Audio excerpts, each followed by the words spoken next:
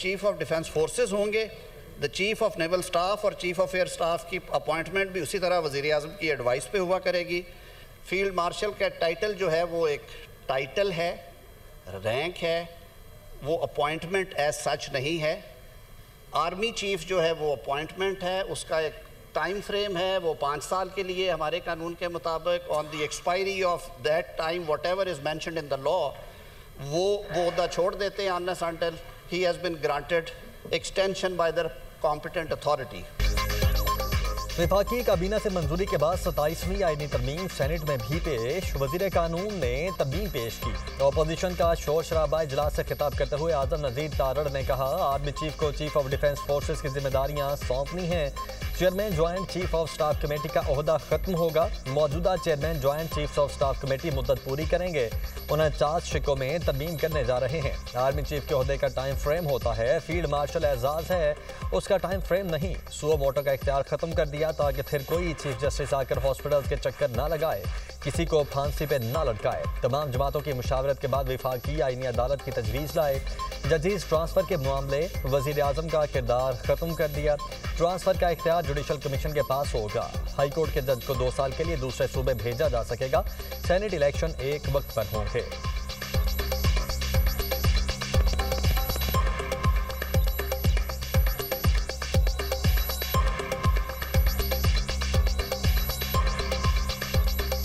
खुल के ये बात करूंगा कि सुओ मोटो का इख्तियार ख़त्म किया है हमने। 184(3) को ख़त्म नहीं किया, उसको सिर्फ वहाँ से उठा के कॉन्स्टिट्यूशनल कोर्ट के चैप्टर में ले गए हैं। 186 ख़त्म नहीं किया, उसको उठा के हम ले गए हैं उस रेलिवेंट चैप्टर में। सुओ मोटो का इख्तियार हमने ख़त्म किया है ताकि फिर कोई चीफ जस्टिस आके लोगों को बेलिबास ना करे, हस्पतालों में छापे ना मारे, वज़ीर आज़मों को घर ना भेजे, वज़ीर आज़मों को सूलियों पे ना लटकाए। अपोजिशन लीडर की तैनाती तक बिल पर बहस नहीं हो सकती। हम उस वक्त तक बात नहीं कर सकते जब तक ड्राफ्ट नहीं पढ़ लेते। कायदे हिज़्ब इख्तिलाफ की निशिस्त खाली है। शायद हुकूमत को तरमीम की बहुत जल्दी है। पूरे ऐवान पर मुश्तमिल कमेटी कायम करें। PTI के सेनेटर अली जफर का ऐवान में इजहार ख्याल। अल्लामा राजा नासिर अब्बास ने कहा, हुकूमत तरमीम लाना चाहती थी तो अपोजिशन को पहले क्यों नहीं बताया। आईनी तरमीम के लिए क्या जल्दी है, उस पर इत्तेफाक राय ज़रूरी है। सेनेटर एमल वली का कहना है कि अवाम की बेहतरी के लिए हुकूमत नया कानून लाती है। बहस में शिरकत लाजमी है। जो गुजारिशात और तजावीज़ सामने आई हैं खुलकर हिमायत करते हैं।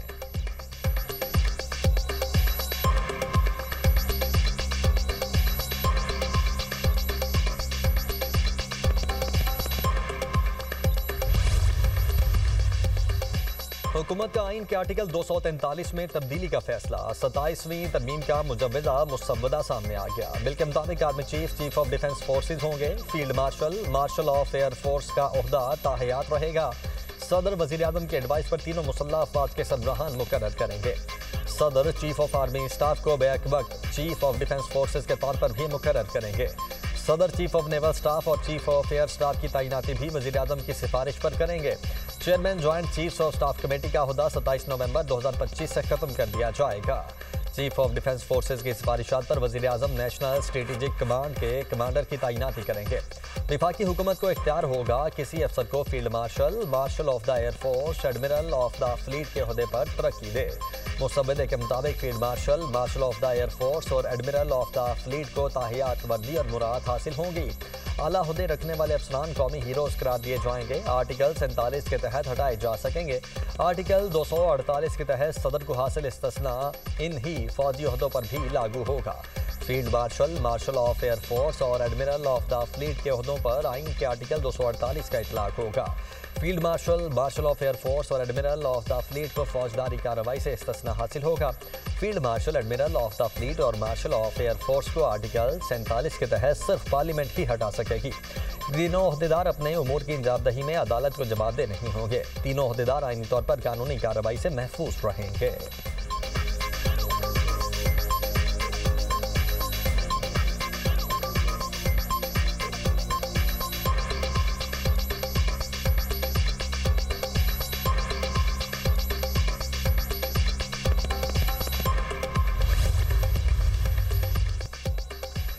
27वीं आईनी तरमीम के जरिए विफाकी आईनी अदालत के क़याम की तजवीज़। विफाकी आईनी अदालत का सदर मकाम इस्लामाबाद होगा। सुप्रीम कोर्ट से अलहदा नई विफाकी आईनी अदालत कायम करने की शिक।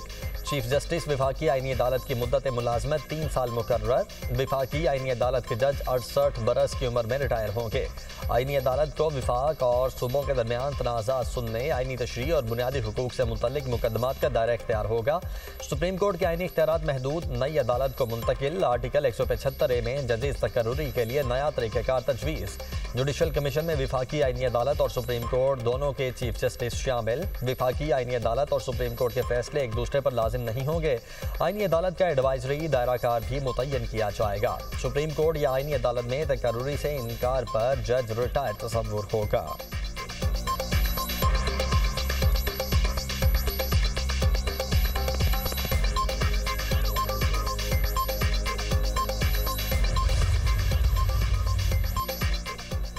सेनेट और कौमी असम्बली की कायमा कमेटी कानून और इंसाफ का मुश्तरका इजलास। फारूक एच नाइक सदारत कर रहे हैं। 27वीं आईनी तरमीम के मुसव्वदे पर गौर। आइन के आर्टिकल 248(2) में भी तरमीम तजवीज़।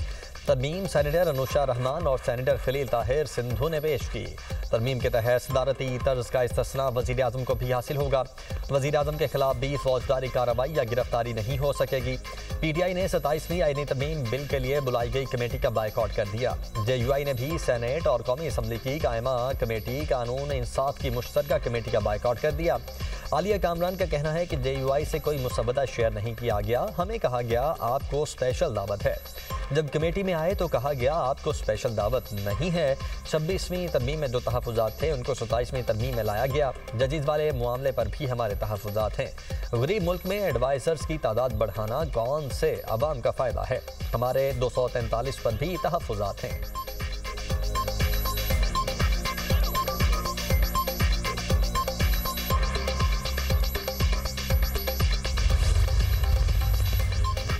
मुल्क के वसी मफाद में 27वीं आईनी तरमीम के लिए सब ने मिलकर कोशिश की। 27वीं आईनी तरमीम पर नवाज शरीफ को एतमाद में लिया और उनसे रहनुमाई हासिल की। वज़ीर आज़म शहबाज शरीफ की काबीना इजलास में गुफ्तगू कहा। सदर मुमलिकत आसिफ अली जरदारी को भी तरमीम के हवाले से एतमाद में लिया। सियासी और मुआशी इस्तेहकाम की बदौलत मुल्क की समत दुरुस्त हुई। पाकिस्तान की तरक्की और खुशहाली के लिए सबको मिलकर काम करना है।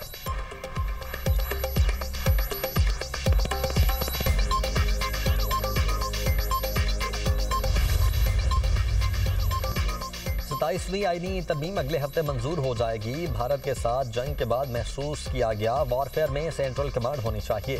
सेंट्रल कमांड का क्याम अमल में लाया जा रहा है। NFC से मुतल्लिक तरमीम को फिलहाल मौखर कर दिया गया। वफाकी वज़ीर आना तनवीर हुसैन की गुफ्तगू।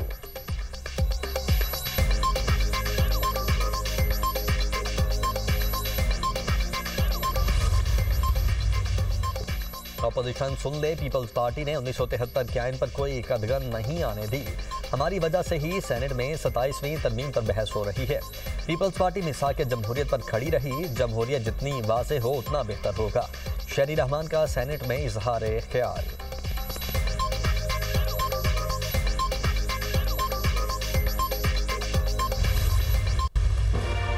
पाकिस्तान और अफगानिस्तान के दरमियान इस्तांबुल में होने वाले मुज़ाकरात में डेडलॉक। वज़ीर इत्तलात अता तारड़ का कहना है कि पाकिस्तान अपने उसूली मौक़िफ़ पर कायम है। अफगान सरजमीन से दहशतगर्दी पर काबू पाने की जिम्मेदारी काबुल पर आयद होती है।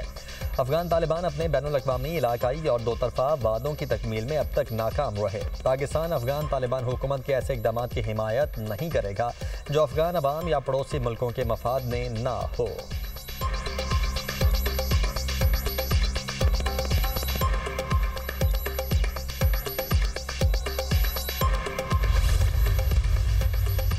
पाक अफगान मुज़ाकरात खत्म हो चुके। अब बातचीत के अगले दौर की कोई उम्मीद नहीं।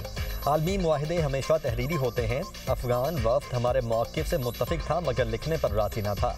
तुर्की और कतर के शुक्रगुजार हैं जिन्होंने सालिसी का किरदार अदा किया। वज़ीर दिफा ख्वाजा आसिफ का बयान।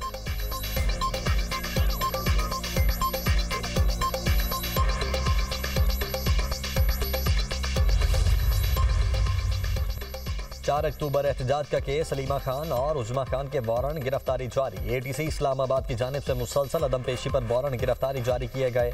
दोनों को गिरफ्तार करके पेश करने का हुक्म। मजीद समाअत 22 नवंबर तक मुलतवी। सलीमा खान और उज़मा खान के खिलाफ थाना कोसार में मुकदमा दर्ज है।